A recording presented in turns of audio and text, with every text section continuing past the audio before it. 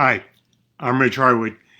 Welcome to another special edition of Turning Outward Together, our special Harwood half hour episodes to help keep you grounded and centered in these challenging and increasingly crazy times that we're all living through. Uh, if you want to find previous episodes, just go to our Facebook page, click on the banner that says Turning Outward Together. You'll see a link to a playlist, and you can find all our previous episodes right there for free. And I hope you'll listen to them. You know, the churn and change that we're experiencing today in our society is significant. It's rapid, and I have to say it's unprecedented. But the question is, as it unfolds, where is it headed? What does it mean? And what does it mean for those of us who seek to build a more hopeful society and a stronger civic culture that works and includes everyone in our communities? And so today, what I want to talk about is what I've titled Getting Real about what happens next in communities. Shoot me a message. Let me know that you can hear me and see me. Tell me where you're calling in from today. Glad to have you with me. The question I'd love for you to think about as we spend the next 20 minutes or so together is, what do you think it's going to take for us to get real in the work that we need to do in our communities moving forward? Again, my name is Rich Harwood. Welcome to another special edition of Turning Outward Together. Our topic today is getting real about what happens next in communities. You know, obviously this change is happening all around us right now. And not only are we facing a whole series of challenges that are happening simultaneously. There are four of them as best I can count. But these crises, these four crises, are making stark the underlying challenges in our communities and society.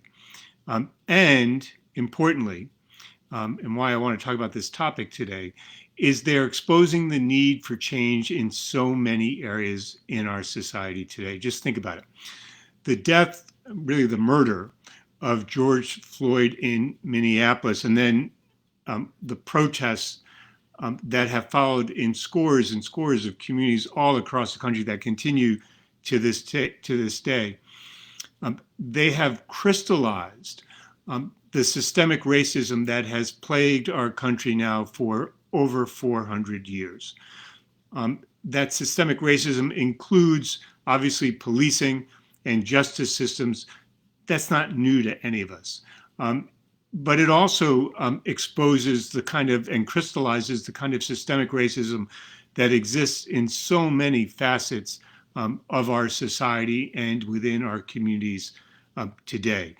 It exposes and crystallizes and makes real the need for investment in our communities, in education, in healthcare, in housing, in jobs, that is so desperately needed in so many, really all of the communities all across our country.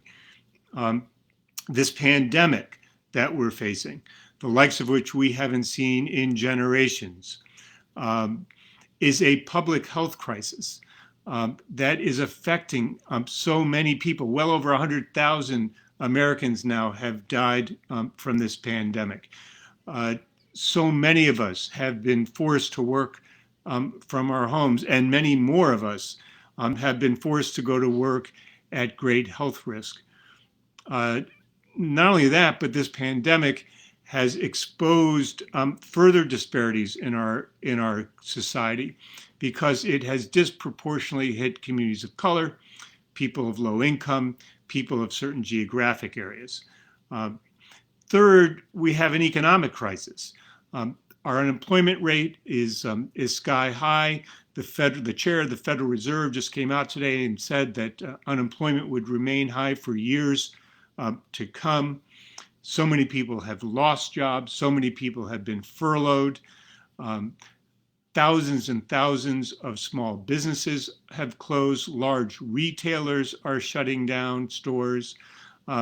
It's affecting every community and every facet of life, this economic crisis that we're facing now. And it's not going to end anytime soon. And then there's a political crisis, this fourth crisis, which is that we have been experiencing for decades now a loss of faith in our institutions, our political institutions, but it goes beyond that to our civic institutions, faith institutions, corporate institutions.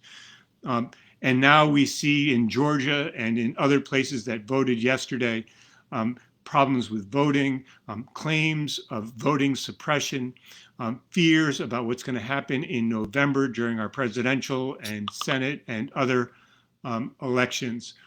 And so we face the confluence of these four crises all at once: systemic racism, this public health crisis called COVID-19, an economic crisis, and a political crisis all at once. It seems to me that if we're serious about transformation in these different areas, if we're serious about transforming progress and change in our society as we move forward from here, which is what the calls are for, then beyond the immediate policies or quick steps that we can take, there's another transformation that we're going to need to do. And that is how we work in communities to bring about real and significant progress. We're going to have to transform how you and I and others who all care about communities, who all work in communities, we're going to have to transform how we do what we do in communities. Now, I believe that needed to happen before any of these four crises emerged, or at least three of them. The political one's been going on for decades. But the systemic racism that has been crystallized now, which has been going on for hundreds of years, the pandemic, the economic crisis, and now the political crisis, to really make change, we needed to make change on many of these before these things came together. Now moving forward, because of the confluence of them, because of the pressure within our political system, because of the protests, because of the attention that has been brought to bear on these, because they have crystallized so clearly in our lives and they are unmistakable, we're going to have to transform what we do in communities. Now, I was just talking to someone on the phone, well, actually a Zoom call, because that's what we all do now. I was doing a Zoom call this morning, early this morning, before the day really got going, with someone who said, they wanted to work with the Institute. But she said to me, no, look, Rich, I'm under pressure. I've got to demonstrate some quick results. And the quick results she needed to demonstrate really didn't bring in our work. And so we both agreed that now is not the time for us to work together. But what she said to me was, what I really want to do is I want to work with you because what we need to do is deep change in our community. We need deep change in organizations. We need deep change in our culture. We need deep change on long-term issues that we face. We need deep change on the systemic challenges that are confronting us. And she said, I know, and and even the people who are asking me to do what I'm going to do next, we all know that the quick steps that we're about to take aren't going to come close to addressing what really needs to be addressed. In this nationwide questionnaire that we released a few weeks ago that I'm sure so many of you have seen, and I hope many of you got a chance to fill out and send back in, it dealt primarily with COVID-19, but when you read through the responses, they're prescient in terms of all the challenges that we're facing right now across our country. And when you actually just read the responses, they speak to all of these challenges, and they are clear about what we need to do. There's one person who wrote back and said, quote, "We have reached a tipping point of understanding the underlying issues related to equity, privilege, and justice," unquote. Another person wrote, quote, I'm hopeful that our community can emerge as one that actually does value the common good, unquote. And then a third person wrote to us and said, I'm hoping that my community comes together more. We are all different, but we need to work together to heal from this, unquote. We're analyzing these results now and we'll be releasing them in the coming days. But here's my bottom line point for today's Facebook Live. My bottom point today is this, that given the changes that we're experiencing and people's aspirations for moving forward, we need to get real about what happens next in our communities, because so much of the work we need to do in our country is going to be in our local communities. So what is it that you can do? I want to lay out 4 points, but let me be clear. Let me be really clear. This is not one of those like 4 or 5 point strategies to save the world that almost every organization is coming out with now, that I'm sure your inbox is inundated with. There are lots of those around. You can read them. And as you know, the Institute has developed our work over the last 30 plus years. We have an approach for how we think change needs to occur moving forward in communities, including the change that needs to occur based on the confluence of these 4 crises that are happening in our country today. And in other Turning Outward Together episodes, ones that I've done before and ones I will do in the future, we will continue to talk about what we think that change needs to look like. But today, I want to do something different. Yes, there are 4 points, but it's not a 4-point plan. It's really just 4 points that I've been thinking a lot about as I've been both watching these crises unfold and also thinking hard, really, maybe deeply, about what it means for us to move forward and what are some of the things that you and I and others, I hope, take into consideration, that we keep front and center in our minds, no matter what we're doing, no matter what process we're using, no matter how we decide to come together with others, no matter whose approach you use or your own approach, I hope that you have. These are just 4 points that I hope you keep in mind. I hope you write down today and keep them on your desk. Because I think that in order to move forward, and importantly, this phrase "get real," which really is really important to me, that in order for us to get real about the transformation that we need, in order to be real with ourselves, in order to be real with one another, in order to be real about the challenges that we face and what it really takes to address them, there are these 4 points I want you to keep in your line of sight, and that I think this moment calls us to be serious about. So the first one is this. I think we need to get real about sorrow, about the notion of sorrow, the existence of sorrow in our society.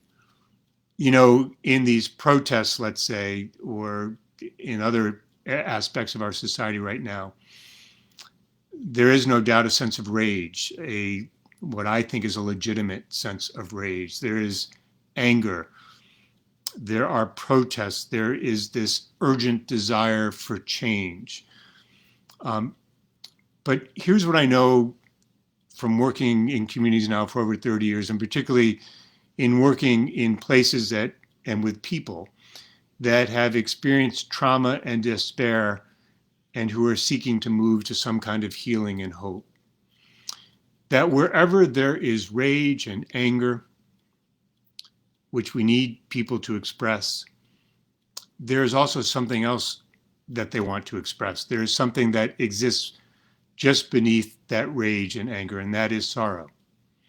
The sorrow about what has happened to them. The sorrow that what has happened to, for instance, their descendants. The sorrow that has happened to generations. the sorrow that is embedded in the pain that people have experienced, the sorrow about loss, lost time, lost opportunity, lost relationships, lost respect, lost dignity. There is a sense of sorrow. And my sense is that if we want to get real with each other, if we want to get real with ourselves, if we want to get real about the challenges that we face, then we've got to get real about making room for people to express not only their rage and anger, but also to express their sorrow. Now, here's the thing. As you probably know, as I'm sure you've experienced somewhere in your life, to hear someone or to hear people express sorrow is not easy. It's painful. They can say things that are hurtful about you. They can say things that are hurtful about our communities. They can say things that are hurtful about our society, about our country. And they say those things because they are hurting and they have been hurt. And those things need to be expressed, and they have sorrow over them. They will say things about the pain they have experienced, maybe by something you or others did to them, maybe intentionally, maybe unintentionally, maybe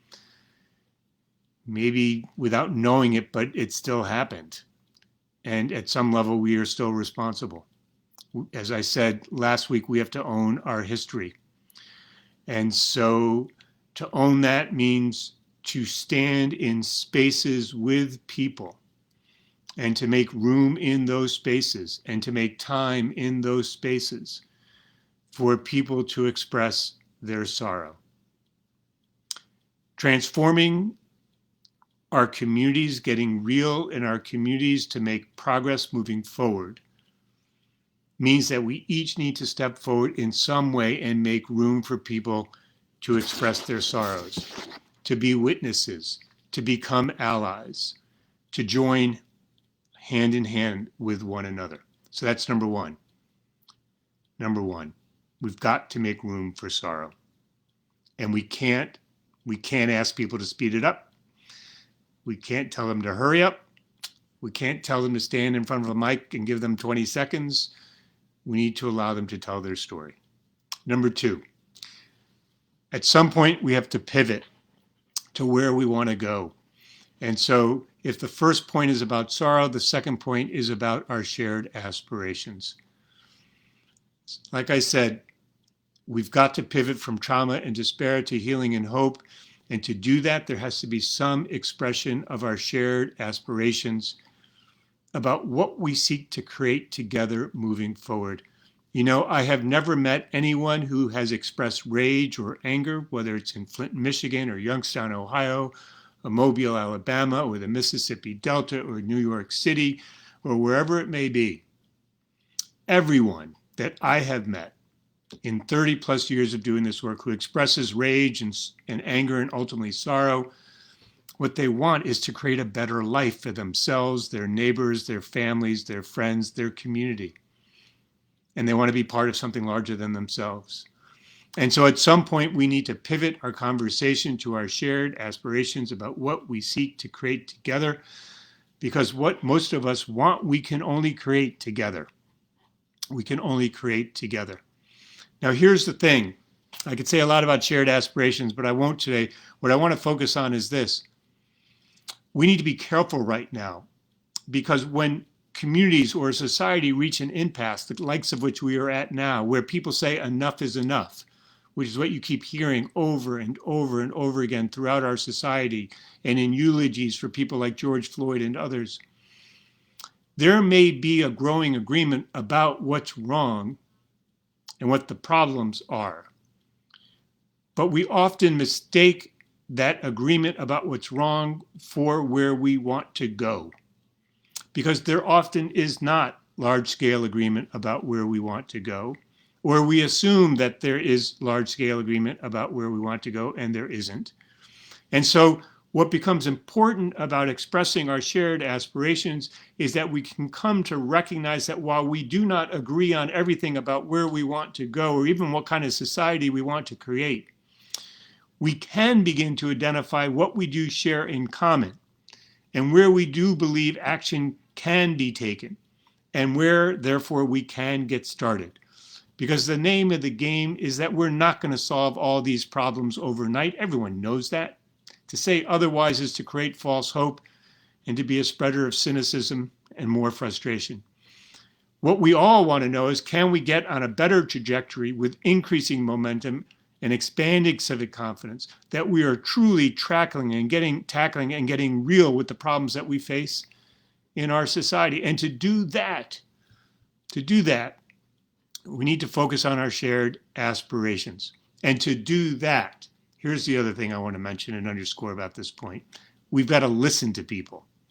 My biggest fear right now is that so many experts and activists and others who are all important to what's happening today and moving forward, that they will get together and set the agenda for us and tell us where we're heading, but they will leave community out. And just because you're an expert and just because you're an activist does not give you license to say that you know all that needs to happen and that you get to set the agenda on your own about what will happen. We have got to engage the folks in our communities, all voices, all people, and make sure that we have a sense of where we want to go and how we're going to get there. And that means we need to authentically listen, and it means we have to take what we hear and genuinely make it inform what we do moving forward. Otherwise, there will not be public will to move forward. Otherwise, there will not be the support to sustain action over time. Otherwise, we will once again promise large-scale change only to stall out and to increase cynicism and frustration and to lose greater hope in our society. That is not something we can afford to do right now. So transformation in our communities getting real means that we have to articulate together what matters to us moving forward, and we can't just leave it to the experts and the activists to make those choices for us. Third, if the first one is sorrow and the second is shared aspirations, the third one is we need to confront the inequities in our society. In our work, we have to pay special attention to this. These multiple crises have made clear and have made stark the inequities and disparities that exist in our society. They include systemic racism. They include injustice. They include that many people do not have access to health care. They include that many people have been shut in and lonely, have no social networks to depend upon. They include the fact that people do not have access to mental health care. They include the fact that many people who need drug treatment do not have access to drug treatment. The disparities go on and on. They include that people have lost their jobs and they have no job training to go to get themselves back up on their feet and to participate in the American dream and fulfill their God-given potential.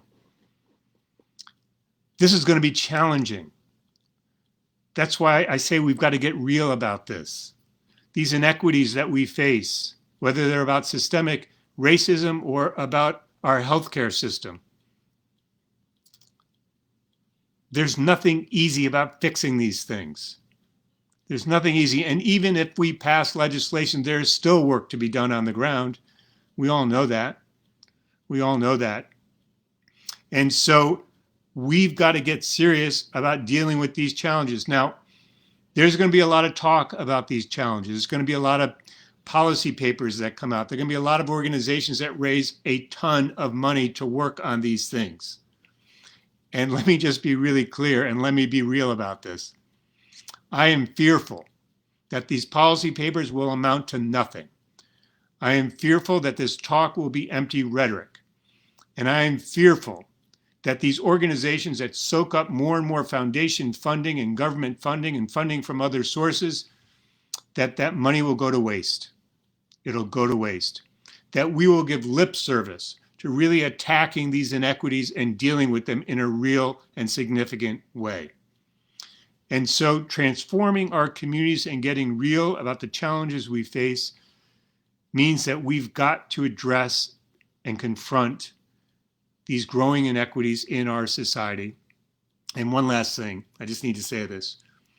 We need to recognize that no one size fits all, which is why this work needs to happen, so much of it at least, needs to happen in our communities, because it needs to be driven by the context of our local communities, the readiness for action in our local communities, the ready capacity to take action in our communities.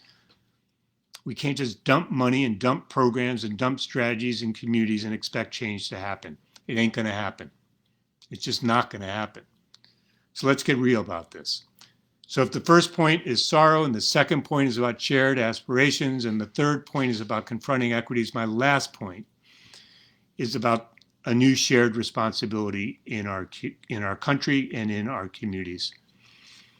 This notion of shared responsibility, I'm just going to spend a few minutes on it. There's a lot to say about it, and I'm going to do an entire episode of Turning Outward Together on it. But this notion of shared responsibility is something that the Institute has multiple projects on right now that we're doing all at once from multiple funders, all coming at this from different angles, to forge a new and tested way that we can think about how we create change together in communities differently. We can work together differently and learn together differently and build together differently. I think too many of the ways in which we have to work in communities are too mechanistic. They're too driven by just a small handful of organizations and institutions and leaders. They often require way too much money that many communities don't have. I think we need something much different that starts with two fundamental premises or realities. The first one is this: that so many of the challenges that I've talked about today require us to bring our shared resources together in a community to act on them. There is no one individual, no one institution, no one organization that can do it on their own, and nor is there just a small handful that can do it on their own. We need to bring our collective resources together in a community. I'll say more about that in a second. The second element is this: that so many Americans, I think most Americans, as I travel across the country, want a greater sense of control to shape their futures and want to be part of something larger than themselves. In other words, they want to participate in taking shared responsibility for the challenges and for creating opportunities in their communities. To do this, to take this shared responsibility, to bring our shared resources together, is going to require a change in how we see ourselves and one another. We're going to need to see that we have innate capabilities in our communities that we are not tapping. I am convinced, after doing this work for more than 30 years, that we are leaving this is a guess, but we are leaving somewhere like 85% of our capacities on the table to work on challenges like education, to work on challenges like mental health, to work on challenges like supporting people with addictions, to work on challenges like systemic racism that we need to address. That we are leaving 85% of our resources on the table. There are large institutions, yes, that want to work together, but there are also small nonprofits and faith institutions and other groups that are close to the ground that want to work on these challenges too. There are individuals who want to come together with others in new networks to work on these challenges as well. And I think we have to learn how to come together in these ways by bringing all our resources together. Now, we saw a lot of this and we're seeing a lot of this during COVID-19. In how communities are bringing new resources together to educate their kids, about how they're bringing new resources together to ensure that shut-ins have access to